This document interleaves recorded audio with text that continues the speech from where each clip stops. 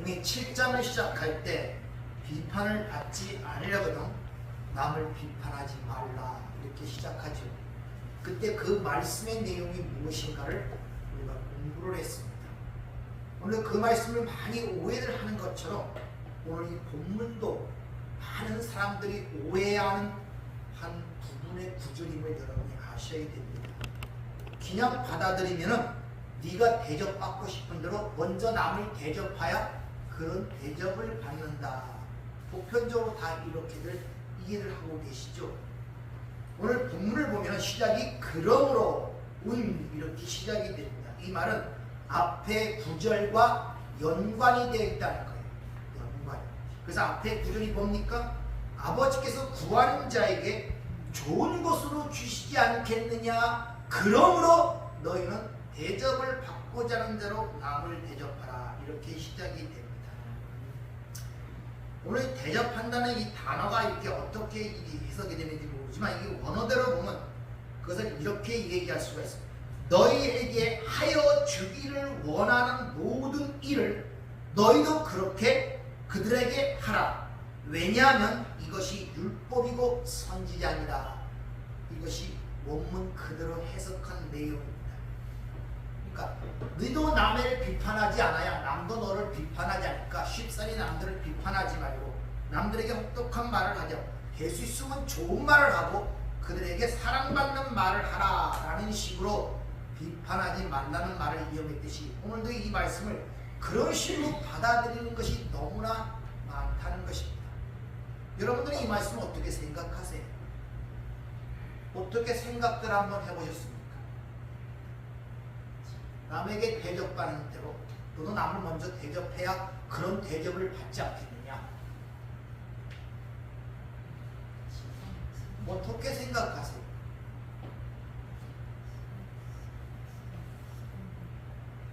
왜 우리가 하나님의 말씀을 들을 때 그 진정한 의미를 우리가 왜 깨닫지 못하느냐? 왜 올바로 알지 못하냐면 바로 선악과를 따먹은 모든 인간들은 선악이라는 그 파라다임 속에 꽉 묶여 있단 말입니다. 그래서 어떤 말을 듣든지 그것이 내가 지켜야 할 규례와 명령 등으로 받아들이게 된다는 거예요.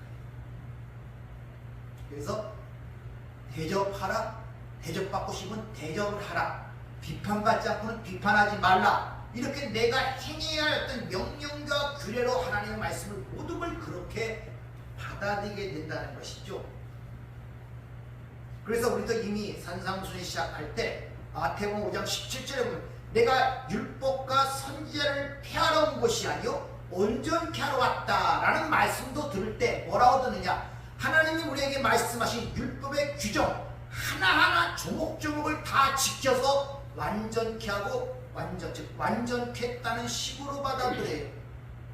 그래서 우리도 주님이 그렇게 율법을 지키신 것처럼 우리도 하나님의 말씀을 하나하나 다 지켜야 한다는 식으로 받아들인 사람이 많단 말입니다.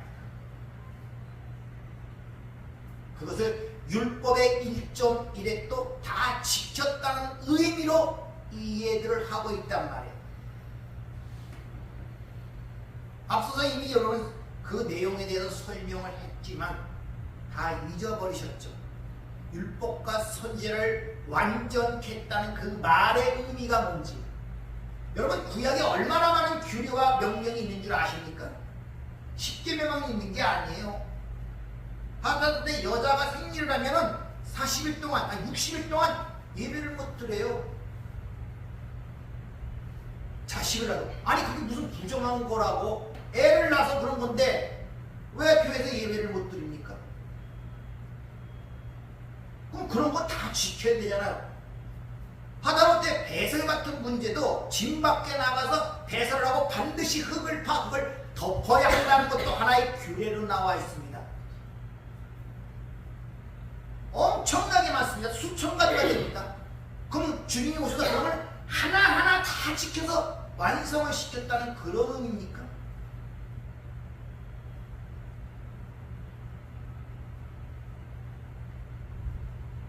하나님의 말씀들을 너무 피상적으로 생각을 한단 말이에요.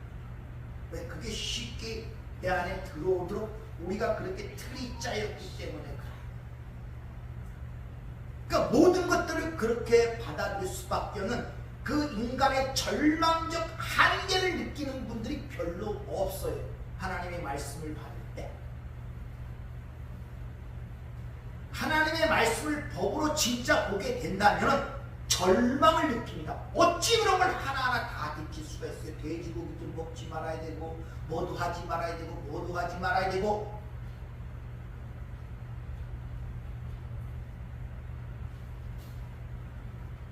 그래서 이러한 생각들은 우리에게 해방을 주는 것이 아니라 오히려 수고하고 무거운 짐으로 우리에게 다가온다는 것을 여러분 아십니까? 자기도 모르게 하나님의 말씀을 배우면 받을수록 또 다른 바리새인이 생기는 거예요. 로마서 8장에 보면 분명히 주님께서 생명과 성령의 법이 죄와 사망의 법, 그 율법에서 해방을 시켰다는데 해방된 것이 아니라 오히려 신앙생활을 하나 할수록 더욱더 그 조록조록 세목세목 하나하나가 들어와서 더 수고하고 무거운 짐을 우리에게 지우는 그런 신앙생활이 된다는 것입니다. 그러니까 힘들어지는 거예요. 점점.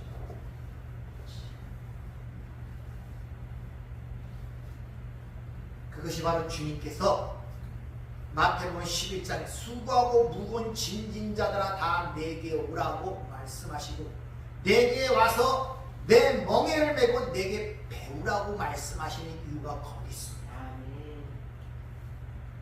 그래서 지난주에 말씀드린 것처럼 영적 판단과 영적 분별력 그 제목으로 말씀을 드릴 때 여러분에게 말씀을 드렸죠. 하나님의 말씀을 제대로 우리가 그 진리로 알아먹지 못하면 항상 그런 문제가 우리 삶 속에 발생이 돼요. 그리고 예수 믿고 해방이 돼야 되는데 오히려 더 수고하고 무거운 짐을 지고 가는 인생을 살게 된단 말입니다. 그러니까 여전히 교회란 신앙생활 속에서 진정한 기쁨과 해방과 자유를 맛보지 못하니 그 전에 육조로 살던 그 세상 속에서 그 기쁨과 그 맛을 느끼려고 내 본성이 글로 갈 수밖에 없어. 아니 신앙생활하는데 무슨 기쁨이 있어야 되잖아요.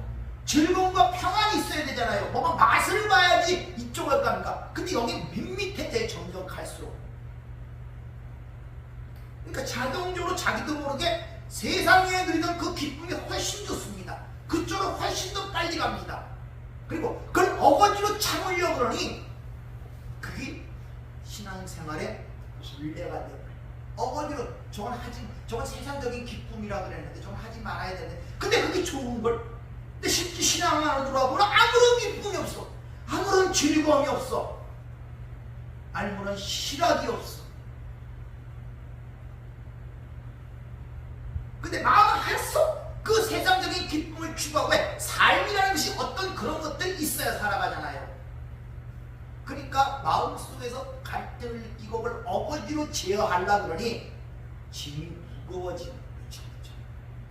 그리고 왜소해지고 자유로워지는 것이 아니라. 그래서 주님께서 그런 잘못된 오해들을 드러내기 위하여 율법의 전문가였던 율법사가 가졌던 그 율법관에 의하여 율법의 가장 큰 계명이 무엇인가 묻는 그에게 분명히 그 율법의 진의를 주님께서 말씀하시죠. 하나님 사랑, 이웃 사랑이라고 요약을 해서 그에게 설명하시는 것을 볼 수 있습니다. 그래서 그 하나님 사랑은 바로 이 땅에서 보이는 이웃 사랑으로 드러난다고 이야기를 합니다. 그러면서 사마리아, 선한 사마리아인의 비유를 뒤에 붙여서 바로 이 땅에 선한 이웃으로 오신 그 예수가 강동하나 겁안 죽게 된 자를 살려내는 그 이야기를 통하여 그 사랑이 무엇인가를 그들에게 가르치죠. 그것이 바로 그 이웃, 선한 이웃으로 와요 강동하나 죽은 그들을 살려내는 그 선한 이웃, 그 주 예수 그리스도, 하나님의 아들을 사랑하는 것이 곧 하나님을 사랑하는 거야. 다시 말하면 그 예수 그리스도와 십자가를 붙드는 것이 바로 하나님을 사랑하는 거야. 그렇게 설명해 주시잖아요. 네. 요한복음 6장에 우리가 어떻게 해야 하나님의 일을 하오리까? 그 아버지가 보내신 그를 믿는 것이 바로 하나님의 일이야. 이렇게 설명하는 것을 볼 수 있죠. 그게 바로 내가 율법과 선지자를 완전케 하러 갔다는 그 말씀의 의미란 말입니다. 그 율법의 조목조목 세목 하나하나 그 규례와 계명을 다 지킨 것이 완전한 것이 아니라 진짜 율법이 의도하고 나타내고자 하는 그 진정한 의미, 그것이 무언가를 밝히 드러내는 것을 온전케 하다라는 말씀으로 설명을 하고 있는 거예요. 근데 우리는 그런 걸 받을 때 거의 하나하나 다 지켜서 온전겠다는 식으로 받아들이고 있단 말입니다. 이것이 선악과 구조 속에 묶인 인간의 절망적 진짜 한계입니다. 모든 걸 다 그렇게 받아들여요. 해야 되느냐 하지 말아야 되느냐. 진정한 의미를 모르는 소통이 안 되는 이유가 바로 거기 있어요. 사람 말하는 게 그예요. 들을 때 해야 되느냐 하는 선악과 옳으냐 그러나 식으로 그 말을 그 안에 담긴 진의는 모르고 겉으로 드러나는 것을 우리가 그렇게 받아들이니까 소통이 되기라. 그래서 우의독경이라는 말이 나오는 것입니다. 말귀를 못 알아듣는다고 그러죠. 하나님의 말귀를 못 알아듣는다니까요. 그러니까 어찌 신앙생활이 재미가 있고 기쁨이 있고 세상이 줄 수 없는 희락 같은 걸 여기서 느끼겠냐는 것이죠. 여전히 상반된 생활 속에서 왜 신앙생활 따로 세상생활 따로 완전히 그 격리된 상태에서 이것도 서로 나눠갖고 있어요. 여기 와서 요거 여기 와서 요거. 그러니까 얼마나 삶이 힘들어. 이것 따로 저것 따로 자기도 모순인 것처럼 느끼고 자유가 없어. 세상 삶에 자유가 없어. 이쪽에 그것을 분명할 때 이쪽이 그 거짓된 꿈의 해석이 될 때 이쪽의 삶을 살지만 거기에 미혹되지 않고 거기서 주는 것들을 우리가 받아 즉 썩은 양식임을 할 때 먹지 않을 수 있지.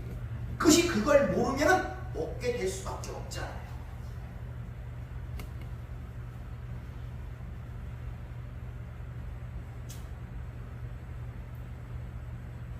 오늘 본문 남에게 대접받고자 하는 대로 너희도 남을 대접하라. 되게 쉽죠.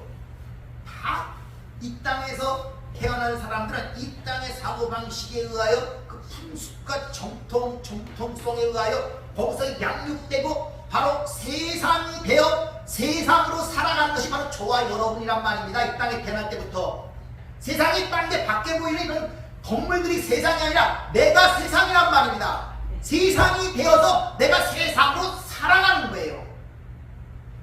거기서 남에게 대접받고 싶은 대로 남을 대접하라. 얼마나 이 말씀이 쉽게 이해가 됩니까? 그래, 내가 저한테 짜장면 한 그릇을 얻어먹으려면 짜장면 한 그릇을 먼저 대접하라는 소리야 라고 생각들을 하시잖아요.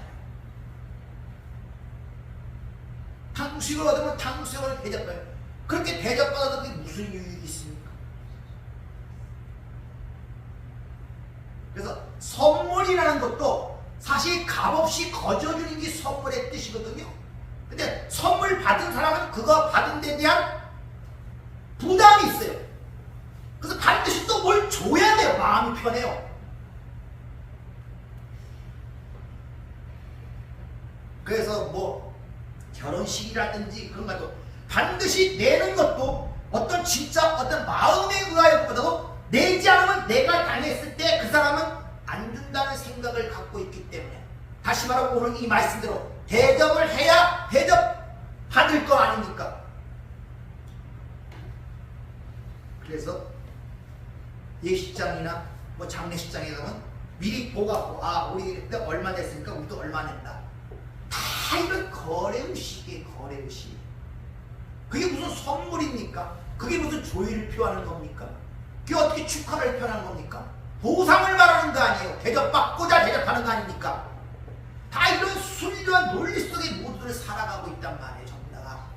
근데 그게 잘못된 것인 줄 인식하지 못하는 게 더욱더 절망적인 상황이란 말입니다. 이것이 잘못된 사고방식이구나. 근데 그런 사고 속에서 하나님의 말씀을 보니 이것이 어찌 나에게 자유를 주겠습니까?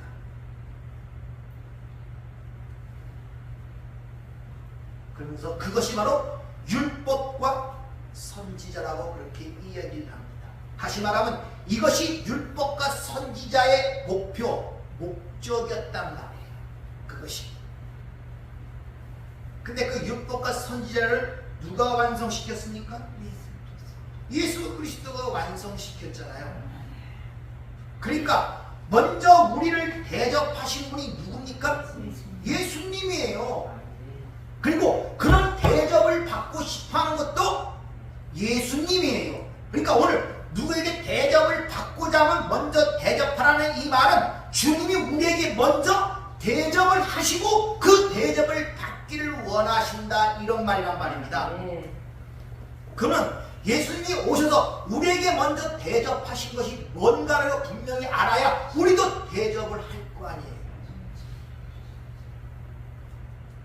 우리가 먼저 대접을 받았으니까.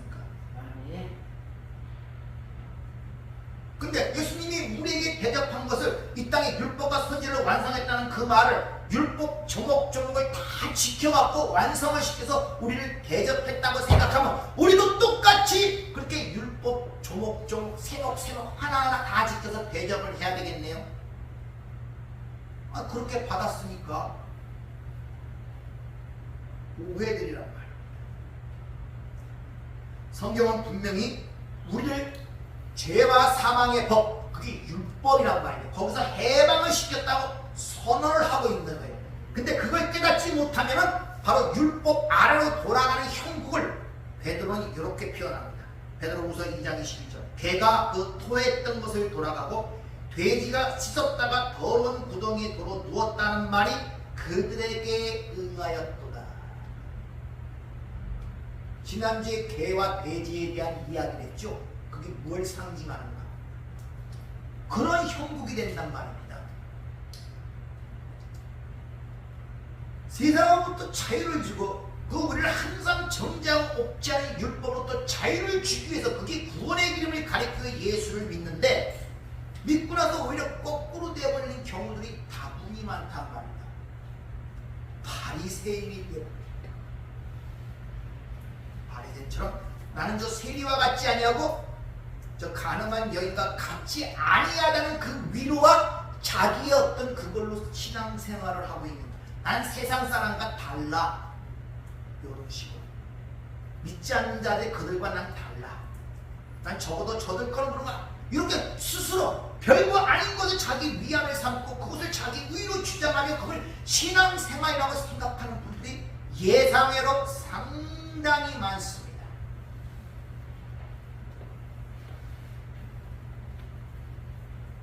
따라서 우리는 대접받고자 하는 것이 뭔가를 아셔야 돼요. 네. 한번 질문해 보십니다. 여러분 뭘 대접받고 싶습니까?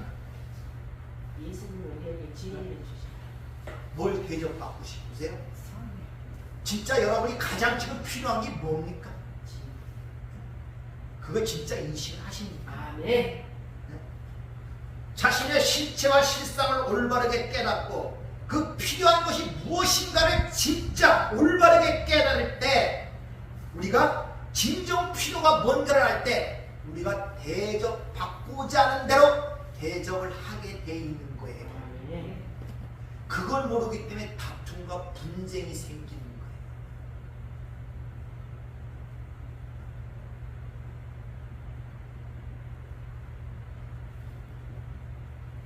거예요. 여러분이 대접받고자 하는 게 성령이십니까? 아멘. 진리십니까? 아멘. 그러면 대접받고자 하는 그 사람에게 뭘 해야 되겠습니까? 그걸 대접해야 되죠. 아멘. 근데 여러분들은 그들에게 뭘 요구합니까? 내가 대접받고자 하는 게 세상적인 거 요구하고 있지 않습니까? 세상적인 어떤 위로, 뭐 금고와 격려, 용기, 나를 인정해 주는 거, 그거 대접받고자 요구하고 있지 않습니까? 근데 그게 진짜 여러분에게 필요한 것이 아니잖아요.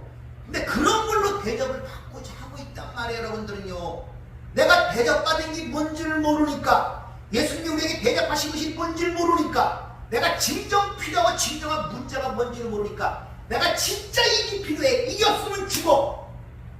나는 그런 절박한 심정 속에 있는 그 진정한 필요가 뭔지를 모르기 때문에 엉뚱한 대접을 받고자 한단 말입니다. 그러니까 엉뚱한 걸 대접하는 결과를 낳게 되는 거예요.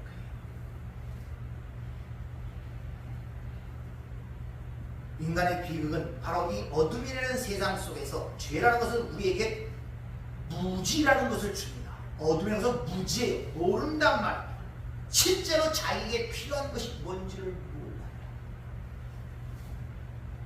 우리가 영생을 얻었다, 생명을 얻었다, 구원을 얻었다 하지만은 진짜 그 구원의 필요성을 아는 사람들이 몇 명이 될 것 같습니까? 진짜 내가 새 생명을 얻어야만 살 수 있다는 것을 진정 깨닫는 자가 몇 명 될 것 같습니까? 이 율법이라는 정죄 안에 있는 하나님의 진노와 저주 안에 있는데 실체를 깨닫고 여기서 반드시 구원받아내는 절박한 자기의 심정을 갖고 깨닫는 분이 몇 명이나 되겠습니까?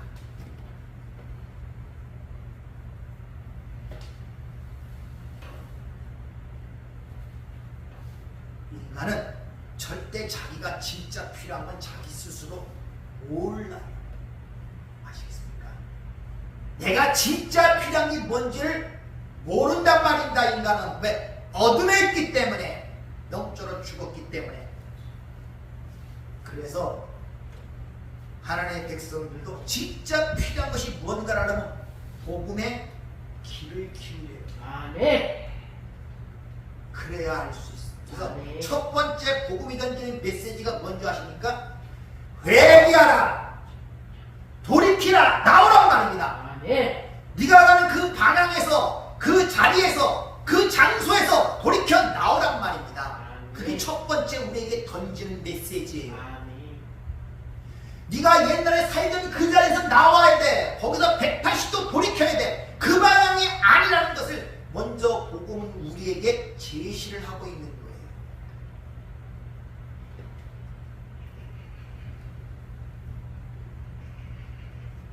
율법의 진리가 하나님 사랑이라고 얘기했듯이 인간은 율법에 의하여 정죄를 받기 때문에 절대 하나님을 사랑하지 않습니다.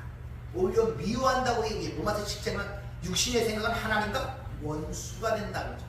하나님으로부터 기인되고 발생되는 어떤 것도 인간은 절대 좋아하거나 사랑하지 않습니다.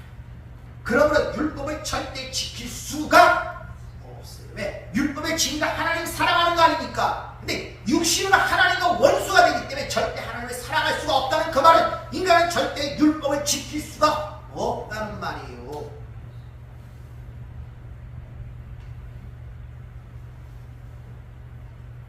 그래서 죄와 사망의 법이라고 로마서 8장 1절은 우리에게 그렇게 일러주고 있다는 말입니다. 율법 자체가 하나님의 성품의 표현입니다. 공의와 사랑의 표현이 나타난 것이 율법으로 드러난 거예요. 그러니까 하나님의 성품이 율법이란 말입니다. 근데 그 하나님을 사랑하지 아니하니 그 성품과 맞지 않을 수밖에 없죠.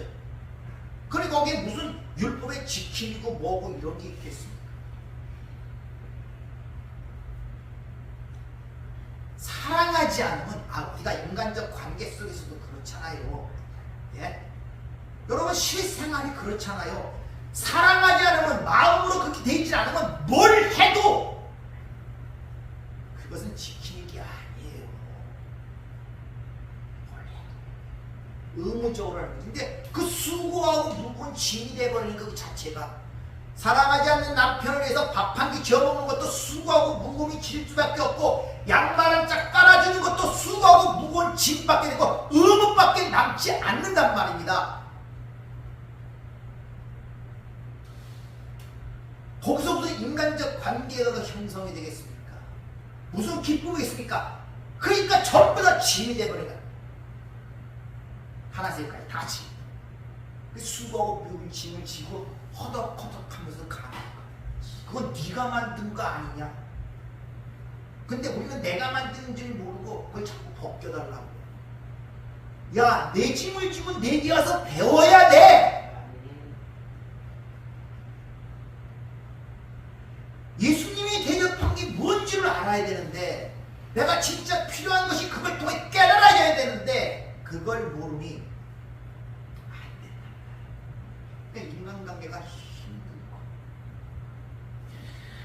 부딪혀가면서 물론 그 과정을 통해서 하나님께서 우리의 마음을 연단시키고 어떤 목적으로 이끌어가는 과정을 사용하지만은 그게 엄청나게 힘든 거예요. 그것이 벗어나지 못합니다.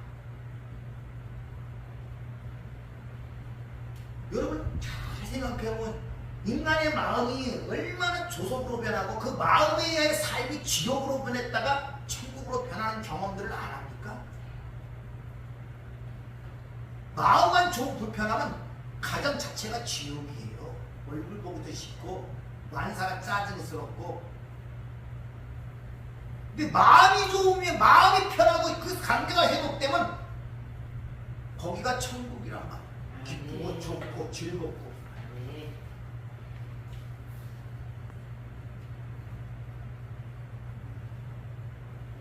인간은 태어날 때부터 태생적으로 하나님을 싫어하며 심지어 그 마음에 하나님이 없다고 한다고 있단 말이에요.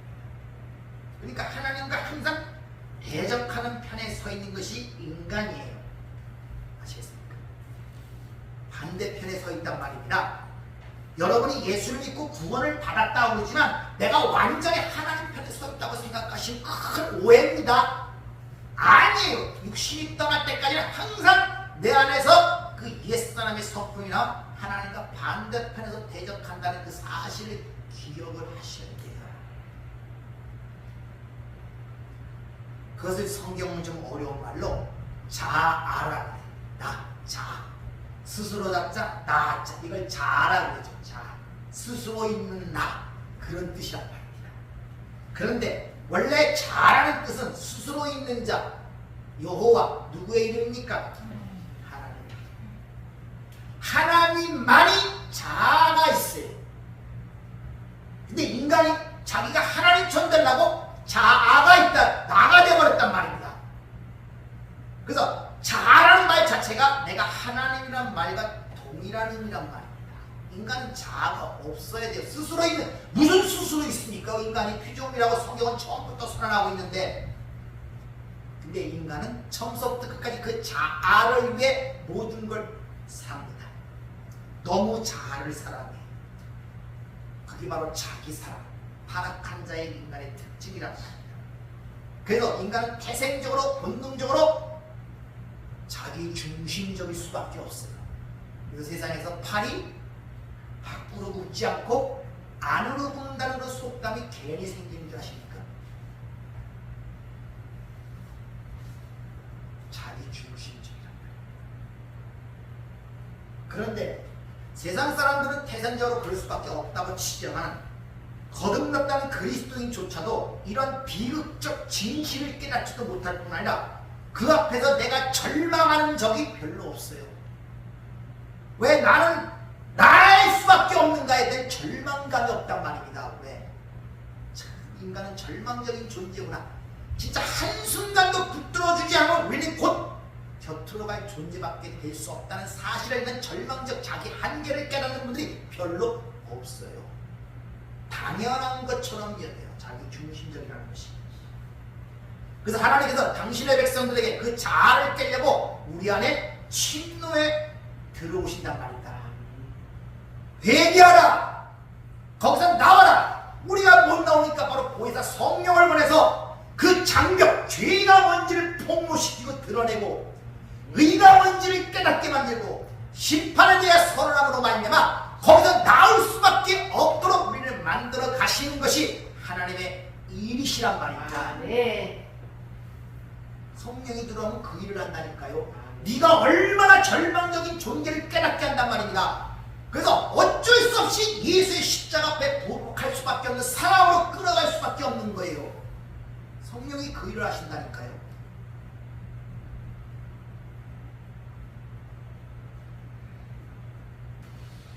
그래서 하나님께서 우리는 절망적 상황을 알기 때문에 하나님께서 우리에게 대접을 받고자 먼저 대접하신 그 사랑의 사건이 성육신의 사건이며 십자가의 사건이며 부활과 승천의 사건임을 여러분이 아셔야 합니다. 네.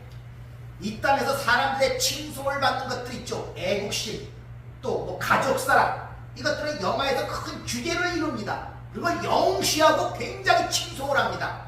근데 그 모든 세상적인 속에서 애국심과 가족 사람도 중심에는 뭐가 있느냐? 내가 있는 것. 이익이라는 게 그 안에 중심에 또아리를 틀고 있는 것입니다. 그래서 얼마 전에 젊은 부부가 몇 살 된 딸에게 수면제를 먹이고 동반 자살한 사건들, 이런 것들을 어떻게 보십니까, 여러분들? 얼마나 살기 잃었으면 저 젊은 가족들이. 인간의 이기가 얼마나 극하고 독한가를 보여주는 한 사건의 예란 말입니다. 영적으로 보면 박애주의, 휴머니주의 이런 세상적인 입장에서 야, 세상이 힘드니까 저게 그럼 다 죽어, 힘든 사람 다 죽어가겠네. 근데 그 안은 왜 데리고 갑니까? 아무것도 모르고.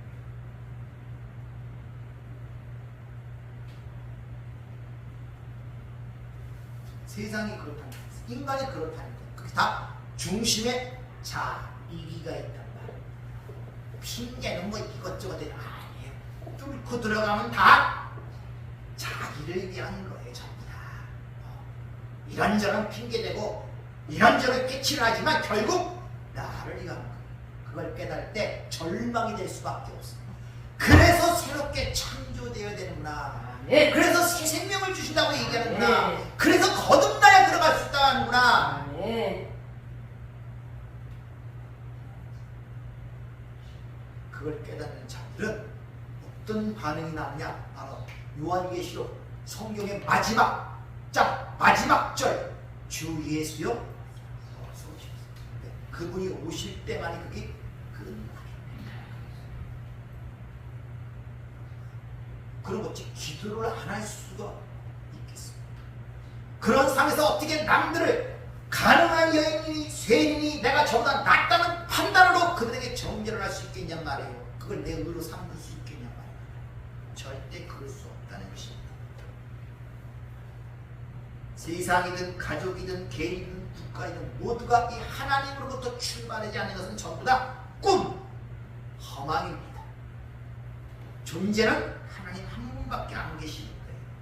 그래서 성경은 그걸 표현하기를 그분이 알파요 오메가요 처음과 나중이요 시작과 끝이다 이렇게 표현하는 이유가 바로 거기 있는 것입니다.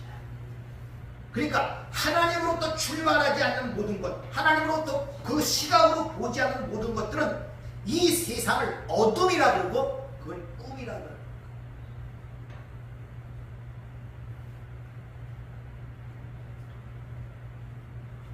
따라서 하나님이 우리 주신 그 복음의 귀를 기울이지 않냐고 진리의 눈으로 세상을 보지 않게 되면 모든 것이 왜곡되어 보이고 그것이 잘못되어 보이게 될 수밖에 없는 것입니다.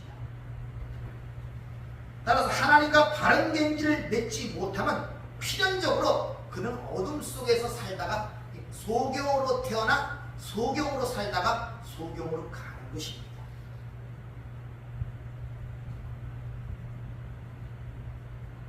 성경은 처음부터 이 만물을 창조하신 것이 하나님의 영광을 드러내기 위함을 분명히 이야기를 합니다. 그 중에 특히 하나님의 형상으로 창조됐다는 사람, 인간은 하나님만을 위하여 하나님을 찬송하기 위하여 창조된 자예요. 다시 얘기하지만 여러분 내 자신의 삶의 행복을 위해서 여러분이 창조된 것이 아니라 하나님만을 위하여 그 하나님만을 찬송하기 위해 창조된 것이 저와 여러분이라니까요. 그래서 소유림인가 인문 우리가 귀에 딸가리가 않도록 배웠잖아. 인간의 제일 되는 목적이 무엇이냐?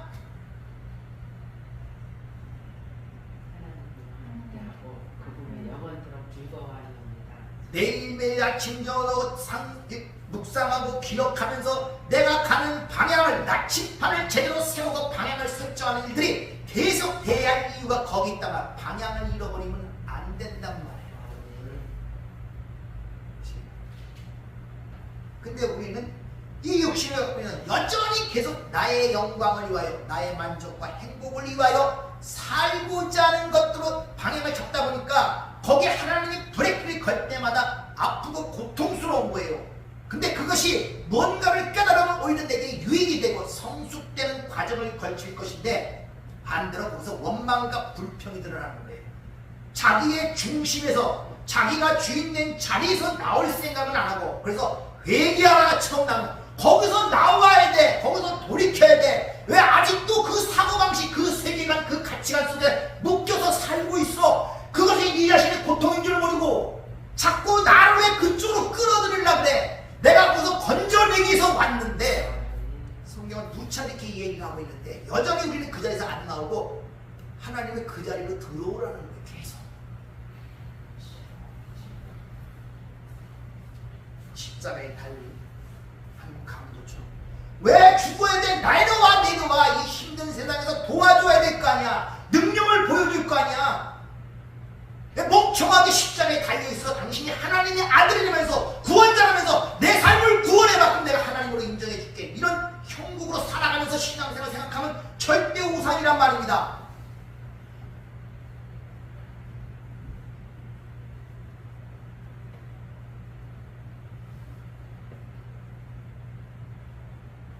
여러 가지 이야기들이 성경에 있지만 저는 한 가지만 깨닫고, 창세기 2장 7절, 흙으로 사람을 빚으시고 코에 생기를 불어넣으셨더니 생명이 되지. 이거 하나. 나는 은혜로 생기가 주어져 비로소 살아있는 존재가 됩니다. 그거 하나 깨닫고 가는 거예요. 아멘. 나는 하나님을 떠나면 먼지구나.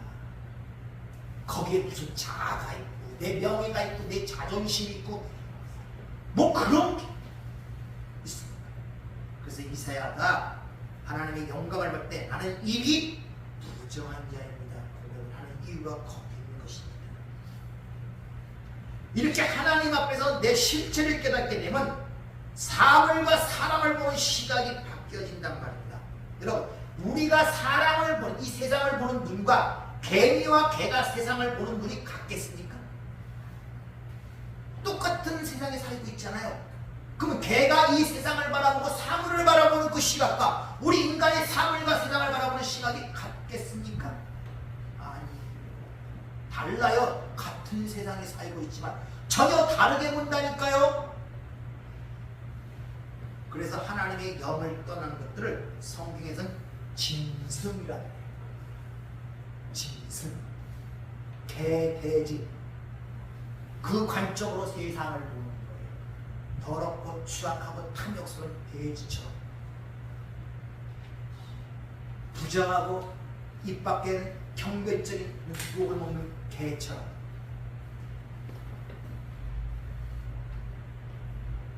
이렇게 하나님의 관계 속에서 올바르게 쓰게 되면 사물과 사람을 바라보는 시점이 하나님의 관점에서 바라보게 되니까 필연적으로 거기는 이 세상을 보는 눈, 세계관이 변하게 되고 우리가 그전에 가치 있다고 생각했던 그 가치관이 변화하게 될 수밖에 없고, 그런 가치관과 세계관의 변화는 반드시 우리 행동의 양식에 변화를 가져오게 됩니다. 그것이 바로 뭐냐? 자기 부인으로 나타나는 거예요. 자아가 죽어가는 거예요. 그게 나타나는 것이.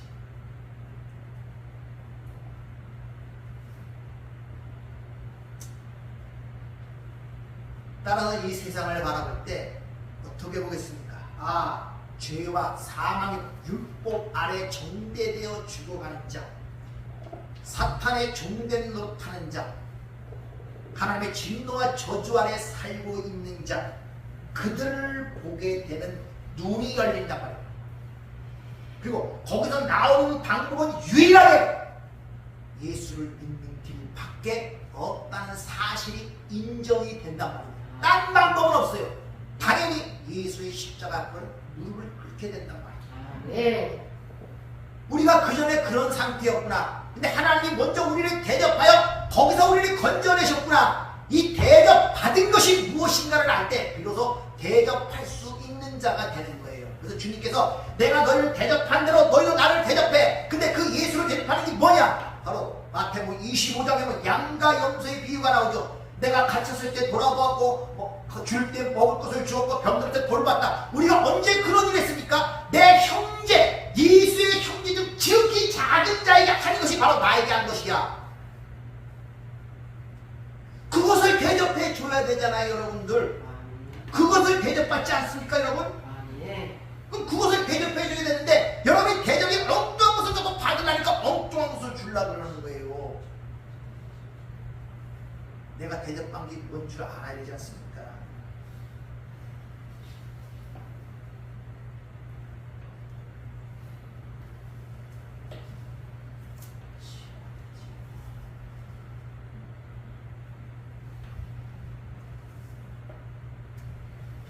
그러니까 느낌이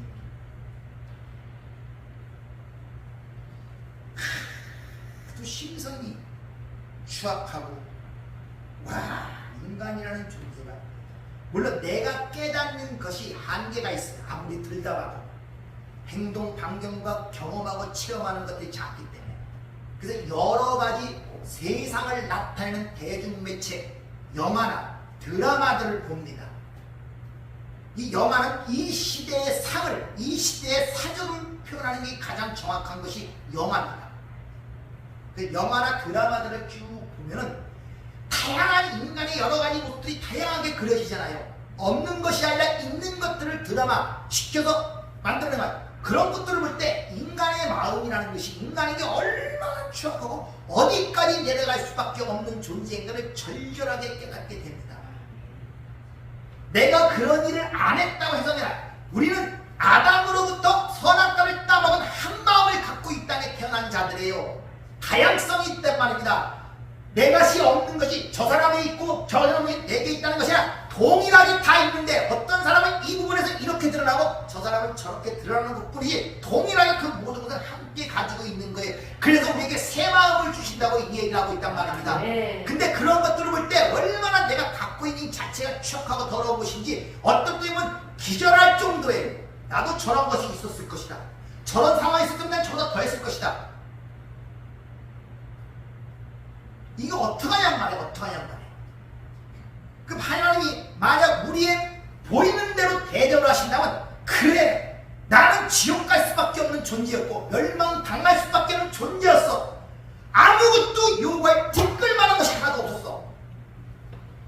그런데 그 예수 안에서 지금 하나님은 나를 보시는구나. 그래서 예수 믿으라고 그렇게 성경은 얘기하고 있구나. 그래서 내 결혼을 얘기했구나. 아, 나 그 모습 그대로 보지 않고 나를 예수 안에서 나를 보시구나. 아멘. 그걸 깨닫네. 아멘. 그럴 때 나도 모르게 마음이 뭉클하고 다시 없는 구속의 얼마나 큰지를 감동적으로 느끼게 된단 말입니다. 근데 거기서 끝나는 것이 아니라 그만큼 내가 깨닫고 은혜를 안 만큼 내가 보는 시야가 달라지더란 말입니다. 자신을 보는 시야가 달라지고 만나고 보는 시야가 달라지고 남편과 이웃과 가족과 부모를 보고 이웃을 보는 세상을 보는 시야가 달라지더란 말입니다. 그렇게 밉살스럽고 그렇게 잘못되고 속시키는 것들이 그렇게 안 보여요. 불쌍하게 보이고 기도하게 되더란 말입니다. 그리고 마음에 여유가 생기고 관용이 생기고 그런 것들이 하나님의 모든 전체적 섭리 속에서 그런 걸 인정하고 받아들이는 마음의 여유가 생기더란 말입니다. 그만큼 내 삶의 많은 부분들이 짐들이 떨어져 가면서 왜 그렇게 홀가분함을 느끼고 그로부터 주어지는 압박감과 그 고통과 분리로부터 해방스러움을 주는지 모른단 말이에요, 여러분들. 그러니 얼마나 내가 현재 있는 곳이 기쁘고 즐겁겠어요. 아무것도 없어도 돼요. 말씀만 있으면 되고 성경 한 권만 있으면 그래서 얼마든지 세상이 줄 수 없는 평안과 기쁨과 안식을 누리며 살아갈 수 있는 어떤 묘한 비결 같은 게 보이더란 말이에요. 사도 바울이 내가 어떤 형편도 자족하기를 배웠노니 내가 부할 때나 뭐 가난할 때나 빈전할 때나 피곤할 때나 아무 상관없이 내가 주 예수를 해서 모든 걸 자족할 수 있는 일체의 비결을 가진 거라 이런 자랑스러운 그런 구절이 갑자기 마음속에서 생각나더라 이런 말입니다. 그러니까 뭐가 사라지느냐? 인간의 가장 고통스럽게 하는 감정이 무뎌지는 것 같아요. 막 그렇게 슬픈 일도 없고 막 그렇게 웃은 일도 없고 별로 없어요. 그냥 답답한 것도 없고 사람이 죽어가도 사람이 와도 그것 때문에 막 감정 막 하고 막 어쩌고 그런 게 사라지더라니까요.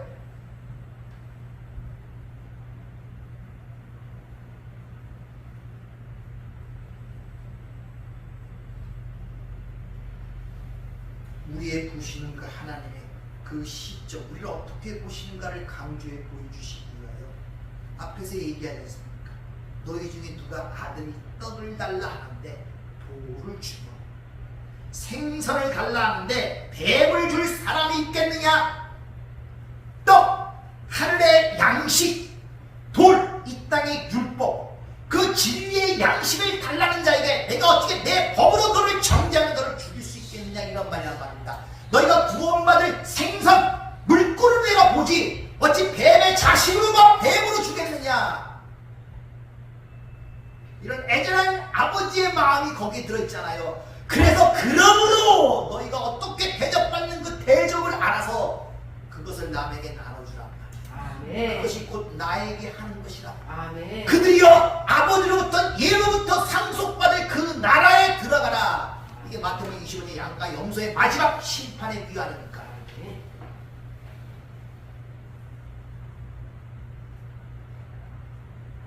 성경은 분명히 우리가 율법으로 해방되었다고 이야기를 하고 있습니다.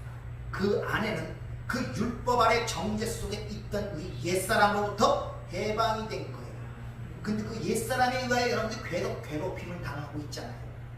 그 옛사람의 성품에 의하여 괴롭힘을 당하고 있잖아요. 세상으로부터 마귀로부터 계속 우리가 괴롭힘을 당하고 있단 말이에요. 근데 그 괴롭힘을 당하는 것이 뭐냐? 그게 바로 옛사람의 잔재, 남아있는 성품들이란 말이에요. 그래서 이스라엘 백성들이 가나안 땅에 가서 모조리 멸하여 내쳐야 되는데 어느 동네니까 가만히 내비두니까 그것이 옆구리에 가시가 되어 그들에 의하여 오히려 이스라엘이 멸망되는 사건이 성경에 기록되어 있는 거예요.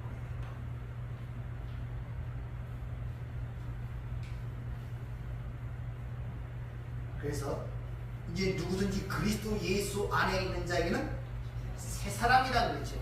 그런 새 사람이 어떤 고백을 하느냐. 갈라디아 2장 10절. 내가 그리스도와 함께 십자가에 못 박혔나니 그런즉 이제는 내가 사는 것이 아니요 오직 내 안에 그리스도께서 사시는 것이라. 이제 내가 육체 가운데 사는 것은 나를 사랑하시고 나를 위하여 자기 자신을 버리신 하나님의 아들을 믿는 믿음 안에서 사는 것이라. 아멘. 그런 사람들은 예수의 눈으로 세상을 보게 되겠죠. 그것을 이렇게 표현합니다. 고린도 5장 6절. 그러므로 우리가 이제부터 어떤 사람도 육신을 따라 알지 아니하노라. 비록 우리가 그리스도 육신을 따라 알았으나 이제부터는 그같이 알지 않아야겠노라. 아, 그전에는 2000년의 그 십자가에 죽은 그 예수, 십자가에 피 흘리고 예수, 머리에 멸류하신 그 예수가 나를 구했구나. 야, 나도 그 예수를 살았다. 이런 육체적으로는 그리스도가 아니라 아, 이제 나와 함께 내가 연합되어 내가 그분과 함께 이 길을 걷고 있구나. 새로운 인식이 시작되게 되는 말입니다. 아멘. 새로운 인식. 아멘. 그러므로 여러분의 실체를 깨닫고 진정 필요한 것이 무엇인가를 먼저 알아야 돼요. 한번 들어서 생각들을 해보세요. 내가 진짜 필요한 것이 무엇인가. 머리로 아는 걸로 얘기하고 심정으로 지금 내가 가장 간절히 바라고 요구하는 거 뭐 자꾸 머릿속에 하는 지식으로만 얘기를 하지 말고 거기에 심정이 동하지 않고 마음을 글로 향하지 않는데 무슨 그게 필요한 것입니까, 여러분들? 진짜 하나님의 은혜를 알고 싶습니까? 성령이 아니고 내가 살 수 없음을 절실히 깨닫습니까? 내 인간의 절대로 무능함과 한계성을 인식하십니까? 절대 그 절대의 존재이신 하나님의 손길을 나는 절대 헤어날 수 없는 존재임을 알고 부르짖음이 속으로부터 나오고 있습니까? 하나님께서 오늘 이런 사정을 하시고 형편하시고 먼저 대접을 하셨단 말이에요. 그게 예수님의 성육신 사건이고 십자가의 사건. 내가 대접받은 것이 뭔 줄 알아야 돼. 다시 말하면 그게 진짜 나에게 필요한 것이고 그게 진짜 내가 대접받은 것이 그것을 깨달았다면 어찌 그것을 자랑하지 아니할 수 있겠어요. 그래서 나 대접받은 대접을 하는 거. 그게 대접받은 것이 드러나는 방식이란 말이에요. 그것을 보세요. 이웃을 보란 말입니다. 가까운 사람을 보란 말입니다. 그 사람은 진짜 지금 필요한 그 세상 것 때문에 고통스럽고 힘들고 어려워하고 그가 좀 난리를 치지만 진짜 필요함을 아는 것은 저와 여러분 아닙니까? 그게 진짜 고통거리가 아님을 아는 자가 저와 여러분 아닙니까? 그걸 볼 수 있는 눈이 있을 때, 그런 것이 보일 때 여러분이 그에게 대접받은 것대로 대접을 하란 말입니다. 아멘. 그것이 오늘 바로 너희가 대접을 받고자 원한다면 그대로 남에게 대접하라는 그 말씀의 의미인 것입니다. 근데 이 말씀은 먼저 하나님이 우리를 대접하셨고 아멘. 내가 대접했으니 너희도 그렇게 나를 대접하라는 하나님의 요구가 그 안에 포함이 되어 있는 거예요. 아멘. 근데 그 하나님, 그 예수에 대한 대접은 바로 우리 그 외의 형제들, 아직도 구원받지 못한 하나님의 택한 백성들, 그들에게 그 대접받은 것을 전해주라는 그 말씀의 의미가 오늘 그 말씀을 여러분이 믿으시고 오늘 이 말씀의 진정한 의미를 깨달아 여러분이 좀 더 자유로운 삶이 되시기를 원합니다. 아멘. 여러분 세상을 이미 하직한 자들이에요. 아멘. 아닙니까? 하직한 자들이에요. 하직한 자들. 근데 뭐 무섭고 힘들고 거기에 얽매일 필요가 뭐 있습니까? 자연 살듯이 부탁을 드립니다. 아멘. 은혜롭고 자비로우신 아버지 하나님,